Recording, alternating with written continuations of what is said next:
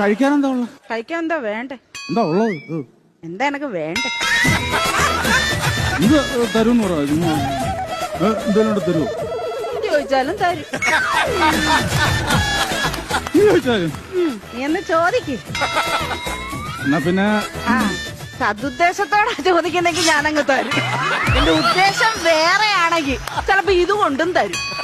ഒരു 2 ദിവസം പുട്ടെടുത്തേ. പുട്ട് 2 കഷ്ണം പുട്ട്. പാഴ്സലാണോടാ? ഇല്ല എന്റെ ഓട്ടോ ഇറക്കത്തിന് ഇടക്കം അടവയ്ക്കാൻ വേണ്ടിയാണ്.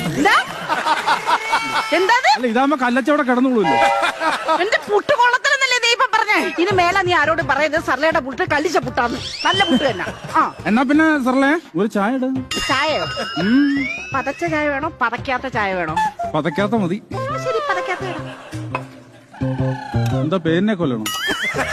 നിനക്ക് പതക്കാത്ത മതി എന്ന് പറഞ്ഞില്ലേ? പതപ്പിച്ചെടുത്തോ.